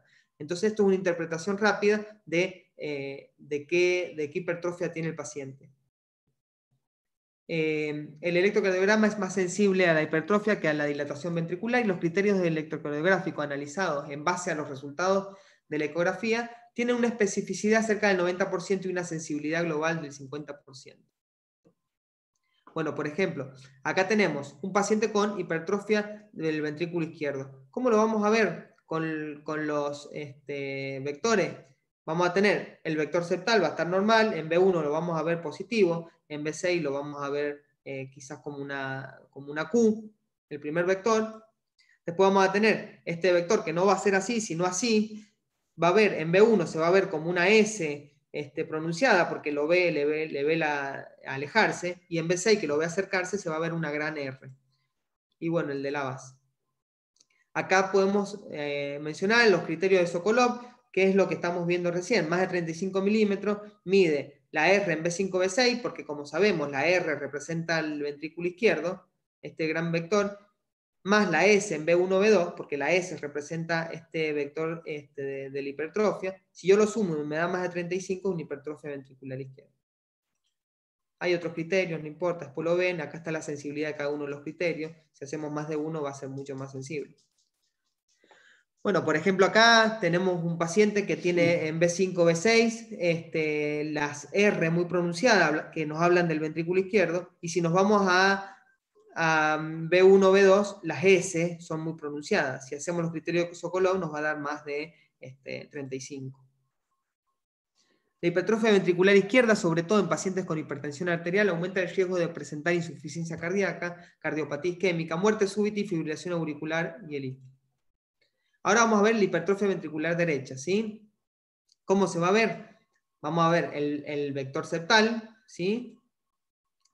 Y un vector que generalmente está tapado, que no se ve, que es el que despolariza el ventrículo derecho. Como tiene más tejido para despolarizar, y va a desviar el eje hacia la derecha, generalmente. Tenemos en B1 una R muy prominente, y en B6, que lo ve alejarse al vector, va a tener una S muy prominente. Después tenemos el vector de la pared libre y el vector de las bases del ventrículo. Acá podemos calcular el índice de Lewis para ver si hay hipertrofia del ventrículo derecho, que acá se los dejo, no vamos a entrar en el tema, pero lo más importante y fácil de ver, que tiene aumento de la onda R en B1, B2. Esto, ¿sí? y tiene desviación del eje hacia la derecha. Por ejemplo, acá tenemos un corazón normal y un corazón con hipertrofia del ventrículo derecho. En el normal, en B1, vamos a ver que, que no tiene onda R muy prominente. En cambio, en el crecimiento del ventrículo derecho, una gran R vamos a ver. Y si nos vamos a B6, en el corazón normal, tenemos una R prominente, una R que representa el vector de despolarización de la pared libre, y en el vector con el QRS con hipertrofia del ventrículo derecho, que vamos a ver una S prominente. Acá está como para que tengan en cuenta el normal y el que tiene crecimiento del ventrículo. Esto no importa, después lo ven. Las R alta en derivaciones derechas, yo veo un electro con R alta en derivaciones derechas, ¿sí? Yo pienso en hipertrofia ventricular izquierda, ¿sí? Acá vemos B1, B2 con unas R bastante prominentes. Y D3, que está bien a la derecha de esa derivación, una R prominente, pienso en hipertrofia ventricular derecha. Esto tampoco importa. Bueno, acá mencionar una sola cosa.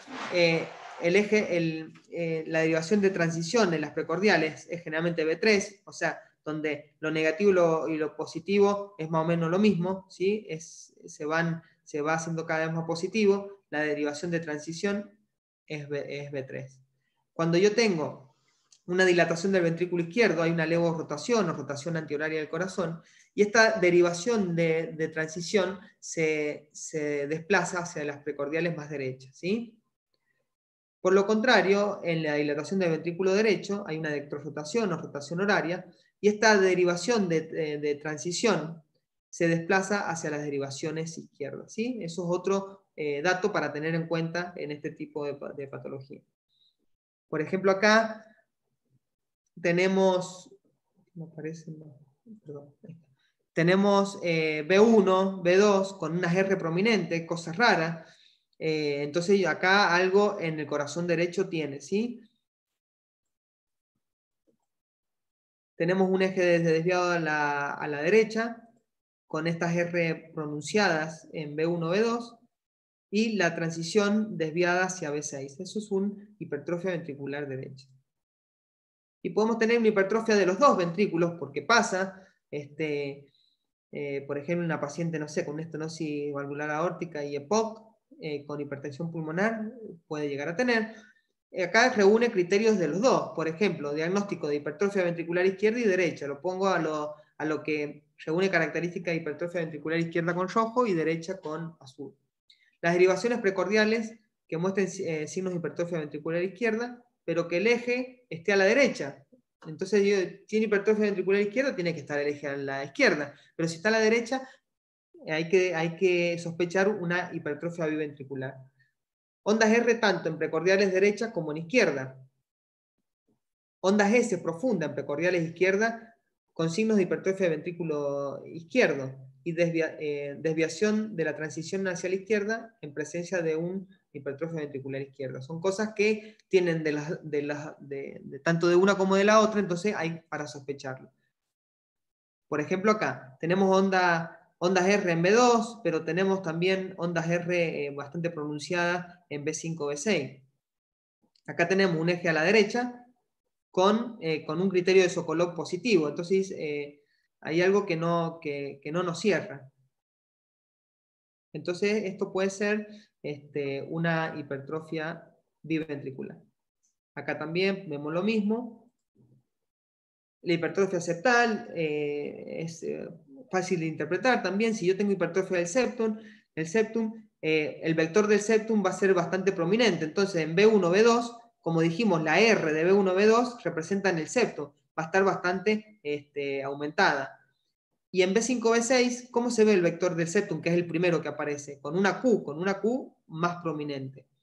Entonces, así se va a ver. Con ondas R, la primera R pronunciada, y la Q en B5, B6 también pronunciada. Aumento de las cavidades cardíacas, ahora vemos las aurículas. Ya lo vimos a esto, dos palabras. La onda P sabemos que tiene dos componentes. Bueno, ¿cuánto mide? 2,5 milímetros, tanto de alto como de ancho, hasta ese valor es normal. ¿Qué componentes tiene? Tiene el componente, el primero que es la aurícula derecha, el segundo la aurícula izquierda. El crecimiento de la aurícula derecha, ¿cómo se va a ver? Como una onda P alta, picuda. ¿sí? Porque es a expensa del componente de la aurícula derecha, lo primero que aparece, ¿sí? El crecimiento de la aurícula izquierda, ¿cómo se ve? Como una onda P mellada, ancha, más de 2,5 milímetros. Y la importancia de onda P para el diagnóstico de hipertrofia en pacientes con bloqueo completo llama derecha. Por ahí tenemos un paciente que tiene bloqueo llama derecha o izquierda, que la sensibilidad de los criterios de hipertrofia, Sokolov o cualquiera, si bien se pueden usar, pero pierden cierta sensibilidad. Entonces la onda P acá, como el bloqueo llama derecha e izquierda es el QRS, no tiene nada que ver con la onda P, podemos usar la onda P para definir este tipo de hipertrofia, ¿sí? Si está alta, puede ser una hipertrofia ventricular derecha, si está ancha, una hipertrofia ventricular izquierda, ¿sí? Porque se traduce a las cavidades auriculares, por eso la vamos a ver así. Acá, esto para resaltar B1. B1 por ahí nos sirve un montón, porque B1 tenemos la parte positiva, en la onda P, la parte positiva corresponde a la aurícula derecha, y la parte negativa a la aurícula izquierda. Entonces, si vemos una hipertrofia o dilatación de las cavidades de la aurícula derecha, vamos a ver el primer componente positivo muy aumentado, el primer componente positivo muy aumentado y el segundo componente negativo normal. En cambio, si hay una dilatación de la aurícula izquierda, lo contrario, el primer componente positivo normal y el negativo que representa la aurícula izquierda muy aumentado. Bueno, y por último, la sobrecarga sistólica y diastólica. Dos palabras de esto. Cuando tenemos una sobrecarga diastólica del ventrículo izquierdo, generalmente vamos a ver las T acuminadas y simétricas en B5, B6 con criterios de hipertrofia ventricular izquierda. Esto es hipertrofia, sobrecarga diastólica, ¿sí? Y en cambio la sobrecarga sistólica, un paciente que tiene sobrecarga sistólica, obviamente que acá estamos hablando de electro, pero tiene que estar acompañado de la clínica también.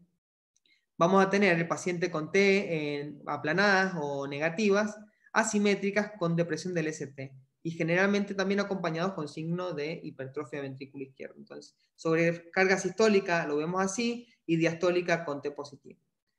Acá tenemos entonces uno normal, acá tenemos sobrecarga diastólica con criterios de hipertrofia ventrículo izquierdo, pero con T altas, y sobrecarga sistólica también reúne criterios de hipertrofia ventrículo izquierdo, pero con T negativo.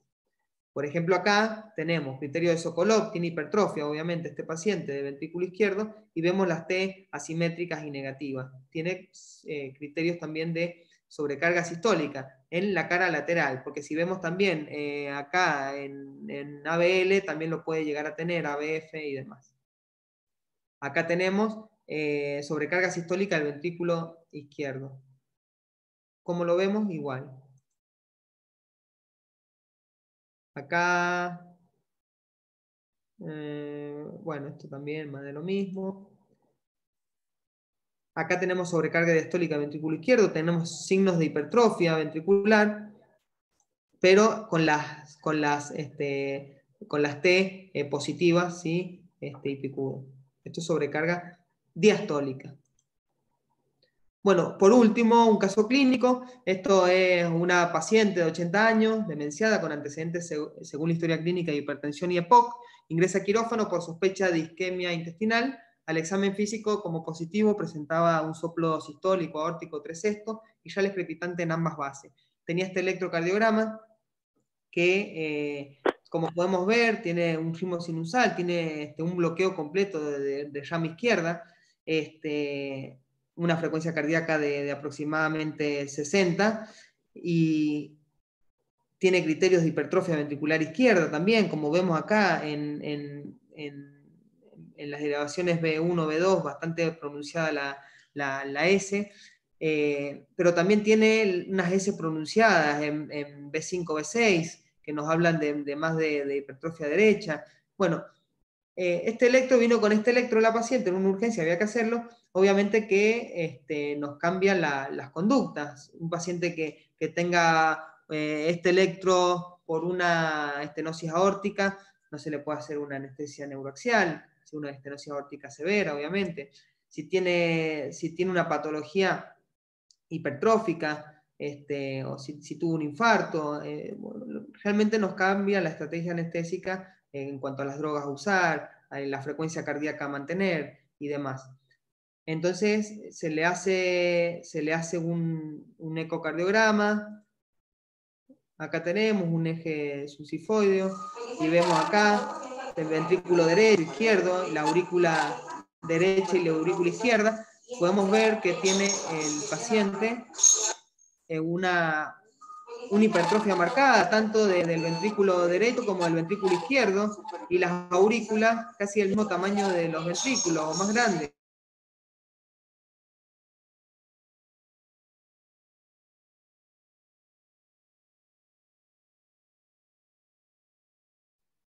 Bueno, seguramente esta paciente con la hipertensión, el EPOC, hizo hipertrofia de las dos cavidades y bueno, se le terminó haciendo una anestesia general. Pero bueno, el electro nos llevó a sospechar alguna patología cardíaca no diagnosticada y el ecocardio nos ayudó también a elegir la estrategia anestésica para esta paciente. Porque quizás con tanta hipertrofia, por ahí tenía alguna estenosis dinámica de la válvula aórtica por la hipertrofia y le ponemos inotrópicos y el paciente se hipotensa más. Obviamente mantener una frecuencia cardíaca más bien baja, por si tiene estenosis aórtica, un ritmo sinusal y demás. Entonces, a veces el electro, que cuando viene un paciente, nos da mucha información y nos permite, si es una urgencia, obviamente lo hacemos, elegir la estrategia anestésica. Y por último, y terminamos, antes de empezar con el tema de las arritmias en los módulos siguientes, hay que ver bien qué es lo que es un ritmo sinusal. Porque muchos dicen, si tiene P y QRS angosto ya es ritmo sinusal. Bueno, tiene algunas otras características que las vamos a mencionar nada más para que entremos de lleno en los módulos siguientes con las arritmias. El ritmo sinusal, como vemos acá, es cuando se origina del nodo sinoauricular y tiene este vector, ¿sí?, de despolarización auricular. Tiene 6 características. Acá vemos un electro con ritmo sinusal. La P precede a todos los QRS. La P es única, regular y son similares entre sí. La P es positiva en D2, D1 y ABF. ¿Eso por qué? Porque D2, D1 y ABF la ven acercarse, entonces tiene que ser la P positiva. Por lo contrario, la P es negativa en ABR. ABR la ve alejarse, entonces tiene que ser negativa, cuando se origina obviamente el nodo sinoauricular. La frecuencia cardíaca es entre 60 y 100. El PR es constante entre 120 y 200 milisegundos, ¿sí? Menos de 5 cuadritos. Entonces eso son las características del ritmo sinusal. Bueno, acá terminamos, muchas gracias. Acá pongo quien no sabe lo que busca no entiende lo que encuentra. Entonces cuando vamos a ver un electrocardiograma podemos encontrar, saber lo que vamos a buscar para entender lo que encontramos, ¿sí? Y bueno, y por último, lo esperamos en el segundo módulo, que lo va a dar la doctora Nadia Puebla, que es cardióloga del Hospital Alemán y especialista en multiimágenes cardíacas del Hospital Italiano, y la verdad que bueno, es una amiga, compañera de estudio, y la verdad, aparte del aprecio, es una excelente profesional, y va a dar los temas que están acá en la pantalla. Así que bueno, espero que no los haya cansado, pero bueno, consideraba ver las cosas básicas para que entendamos quizás un poco mejor las arritmias y las patologías que no son arritmias en sí, pero que las quería mencionar. Así que bueno, gracias por la atención y nos vemos el lunes que viene. No sé si Gustavo, Mauro, Raúl, Guille quieren hacer algunas palabras antes de terminar. Bueno, tomo la palabra. Muchas gracias, Marcelo. Gracias por toda esta presentación, por tu dedicación y bueno, nos has brindado un montón de conocimientos, muchos de ellos ya los tenemos incorporados, pero siempre está bueno refrescarlos. Y por otro lado, mucha información que quizás es esa información que los libros no te la brindan y que es la información de la experiencia, la información clínica que nos sirve para resolver de manera práctica y en forma cotidiana esas cosas que muchas veces nos complican a la hora de recordar cifras exactas y nos ponen al alcance de la mano con herramientas prácticas, como bien dijiste vos. Así que, bueno, te agradezco nuevamente por tu tiempo, por tu dedicación y nuevamente también por la organización de todo este taller, que bueno, a partir de hoy comenzamos a transitar por los próximos 4 lunes consecutivos que nos quedan. No sé si alguien quiere agregar algo más.